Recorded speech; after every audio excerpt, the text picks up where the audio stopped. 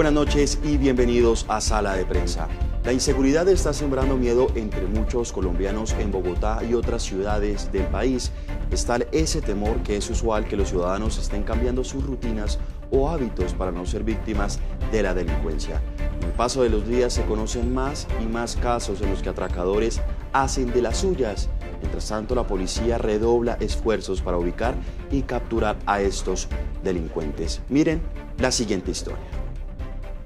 Este fue el primer caso que puso en alerta a las autoridades. Se registró en el barrio Mandalay, en la localidad de Kennedy. Los 10 motoladrones hurtaron a una familia completa. Noticias Caracol habló con las víctimas de estos delincuentes en otros barrios como La Granja. Allí en este video se ve cómo 2 personas se salvaron de estos 10 motoladrones cuando se resguardaron en una bodega y cerraron la puerta para evitar el atraco. Ya saben quiénes son, ya saben que actúan, y aquí justamente cuando uno ve por las tardes los ve pasar como campaneando. Sin embargo, no todos corren con la suerte de no ser asaltados por estas bandas. Luis Boca Chica fue robado por estos delincuentes. Yo soy pues víctima de ellos. Aquí a la vuelta me raparon un celular, 3 motos.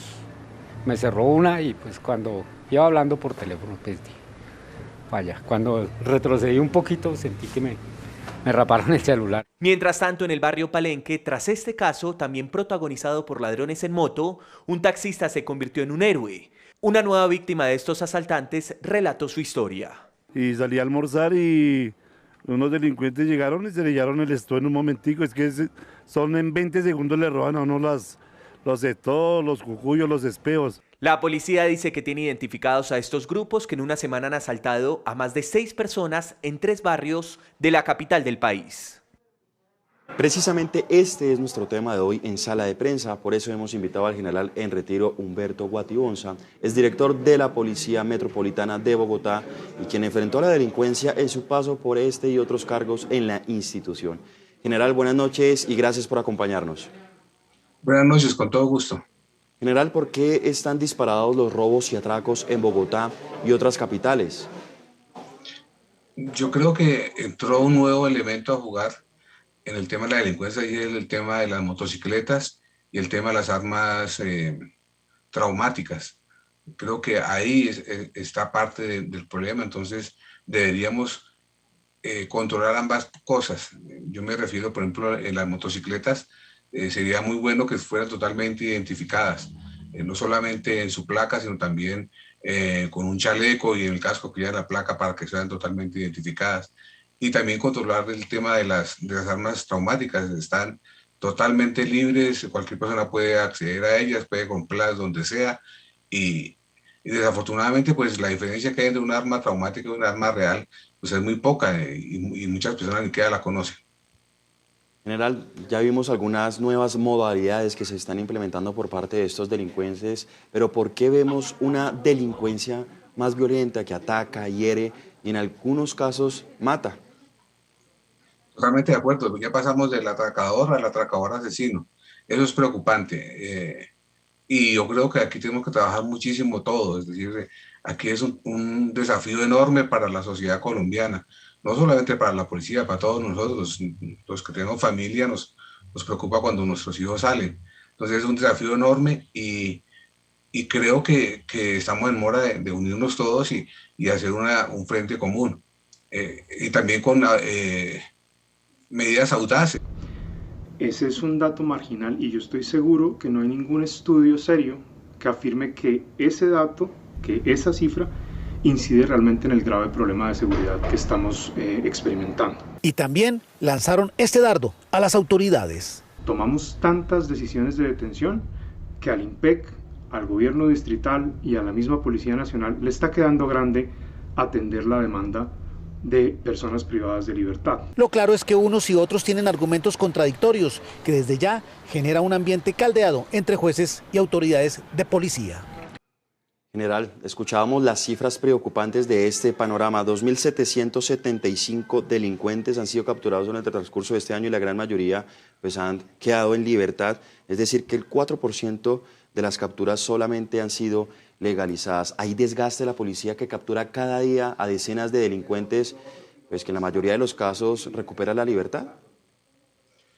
Pues Yo creo que ahí tenemos que trabajar con la policía judicial, es decir, de pronto puede haber alguna falla también en la policía judicial en la forma de judicializar a los delincuentes. Pero volvemos al mismo tema anterior, y es que pareciera que estuvieran en contra unos con otros, y los que salen avante son los delincuentes, son los que ganan la...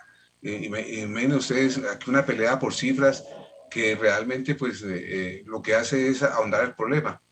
Yo pienso que si pudiéramos tener una justicia más expedita, es decir, si una persona, como en otros países los hay, ¿no? Si una persona es capturada en fragancia robando, pues inmediatamente debe ser presentada ante un juez, y ese juez, si es posible, de una vez condenarlo. Eso sería buenísimo para el país, porque es cierto, es verdad, y este país tiene unos récords que solo tenemos nosotros. Hay personas con más de 100 entradas a la cárcel. Eso es una burla de la justicia, eso no debería ser así. En cuanto al tema de las cárceles, que trataba alguien ahí, sí, nosotros tenemos un atraso de 40 años en temas de cárceles en Colombia. Es verdad, hace falta cárceles, las estaciones de la policía están siendo utilizadas como cárceles, pero yo creo que es nuevamente el mismo tema. Tenemos que luchar es contra la delincuencia, no entre nosotros mismos, y crear una jurisdicción que resuelva los problemas inmediatamente. Es decir, una persona fue capturada robando, inmediatamente se le aplica la sanción que sea la más factible. Es que llegó el momento de hacerle una profunda y seria reforma a nuestro sistema de justicia. Yo creo que sí, porque es que pasa igual que en su casa. Si usted tiene un hijo y su hijo comete alguna falta, y usted el castigo se lo hace dentro de 3 años, pues él no se va a acordar por qué fue que falló. En cambio aquí tiene que ser una justicia expedita, y tenemos que llegar al tema de cero tolerancia. Es decir, no podemos perdonar a una persona porque sí, porque robó un esfero, entonces hay que perdonarlo, ¿no? Yo creo que el tema de cero tolerancia es la única forma de recuperar la justicia en el país, y que todos estemos tranquilos, porque yo creo que en ese momento ninguna persona en ninguna parte de Colombia, a menos que esté escoltada, sale con tranquilidad a la calle o va a un restaurante a comer. General, algunos funcionarios e incluso algunos expertos aseguran que las cifras de delitos de hurto han venido disminuyéndose y que se trata más de una percepción de la ciudadanía. ¿Usted qué cree? Bueno, pues aprovecho para decirle que yo estoy revisando las cifras de la Secretaría de Distrital de Seguridad, y los hurtos han aumentado. Y si hablamos, solamente si estamos hablando de estas cifras, se la voy a leer, por ejemplo, de hurto a personas. De enero a agosto del 2021, 65,000 hurtos a personas. Yo creo que esa cifra es irreal, y pues imagínese usted que muchas personas no ponen las denuncias porque saben que no va a pasar absolutamente nada. Yo mismo he sido víctima de ese tipo de cosas. Entonces, estas cifras que maneja la Secretaría de Seguridad y Convivencia, pues son únicamente de denuncias. Ahí tenemos un problema que tenemos que resolver. Las cifras no son reales, son denuncias únicamente.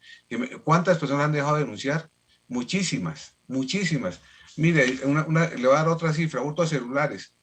De enero a agosto del 2021, 35,000. Eso es lo que se roban en un mes. ¿Quién pone denuncia hoy día porque le roban el celular? Nadie. La cifra real la tienen las operadoras, porque cuando a una persona le roban su celular, lo primero que hace es llamar al operador y decirle que le robaron el celular. Pero poner denuncia no, porque es muy engorroso, es muy problemático, se pierde tiempo, y entonces, pues como no hay justicia, pues simplemente la persona va a comprar nuevamente un celular. Así es, general, la importancia de denunciar, porque también muchos de los delincuentes llegan, los capturan, y como no tienen ningún tipo de denuncia, pues quedan en libertad. Le quiero mostrar otro caso de estos, que es en Barranquilla, en el siguiente informe.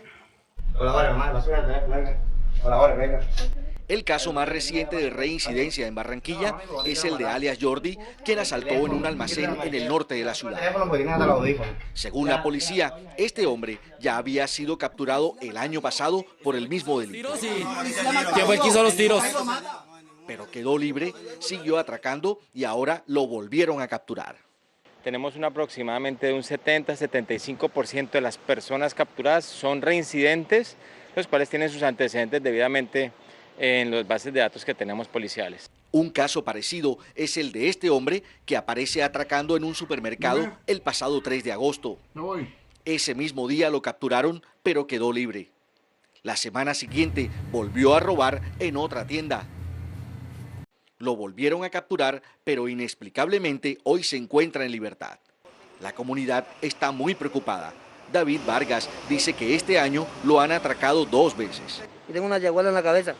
Me quitan toda la plata, me quitan papeles, me quitan de todo. Y después que me atracan, entonces me pegan con la pistola y me patean en la cabeza.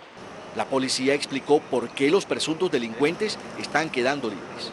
Nuestra obligación y función constitucional es presentarlo ante las autoridades competentes y en su sabiduría los señores fiscales y jueces toman la determinación de darle a esta persona lo que allí amerite de acuerdo a su delito, ya sea intramural o simplemente dejarlo en libertad.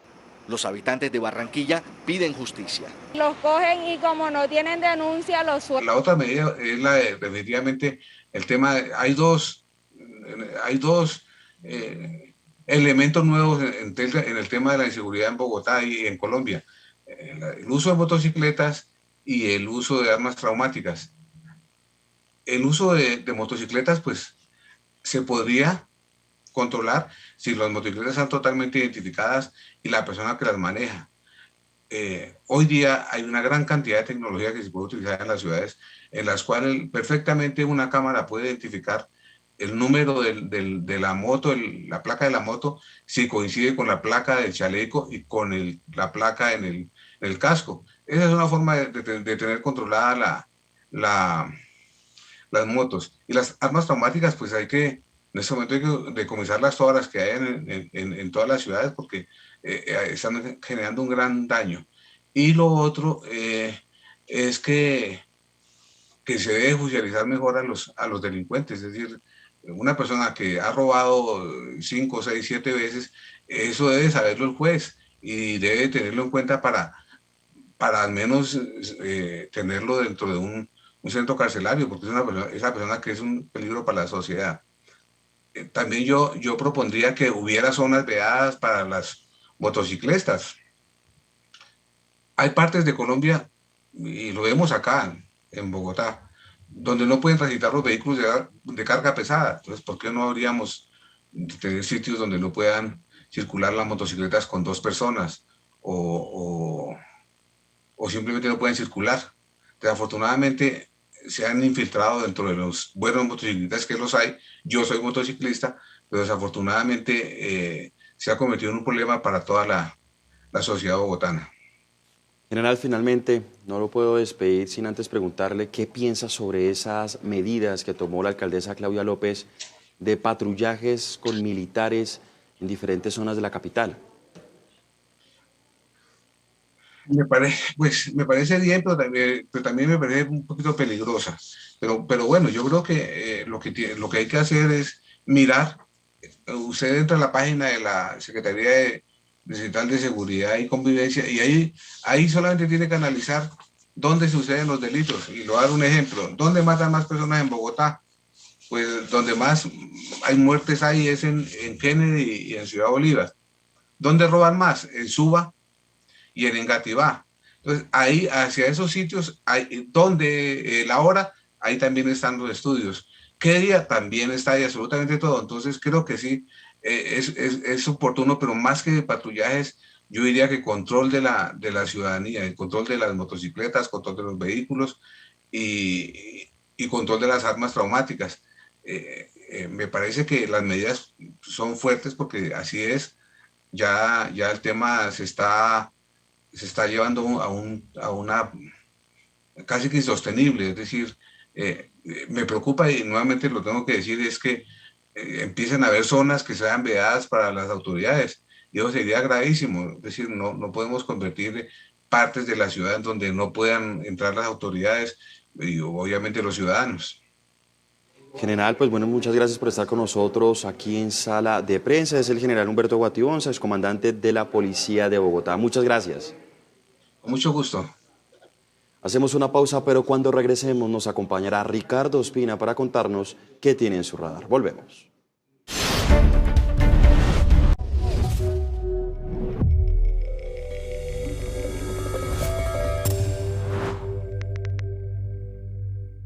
Te contamos la información que quieres saber cuando la quieras ver. Conéctate con el mundo. Noticias Caracol ahora.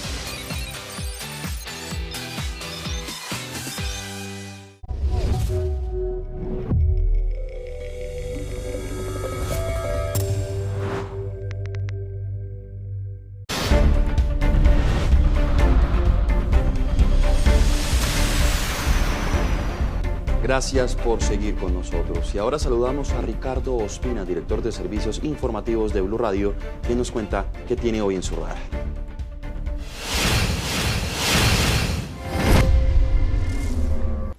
Un saludo para todos. Hoy comenzamos hablando aquí en el radar en Sala de Prensa de Noticias Caracol ahora de la importancia de un colombiano que ahora tiene pasaporte diplomático venezolano y que es una ficha fundamental del régimen de Nicolás Maduro y de su futuro.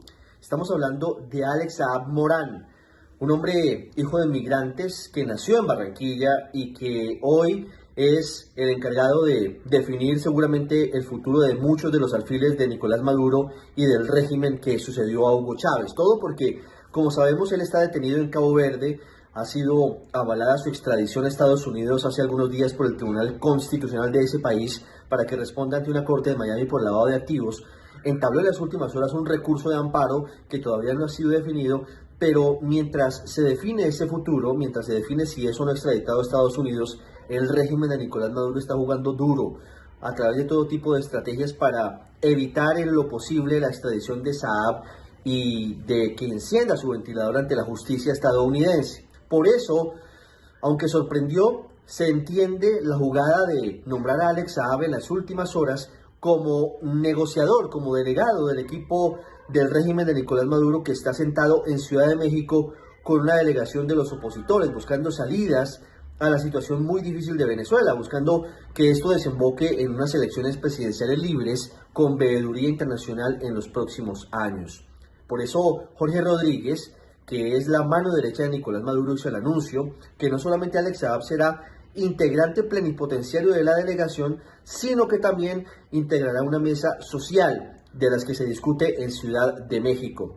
Esta jugada, por supuesto, lo que intenta es poner contra la pared no solamente a los opositores, que saben cuál habría sido el prontuario criminal de Alex Saab, investigado por lavar presuntamente más de 350 millones de dólares de los venezolanos a través del programa CLAP e intentando convertir en divisas el oro venezolano vía Turquía y otros países, sino porque se trata de una ficha fundamental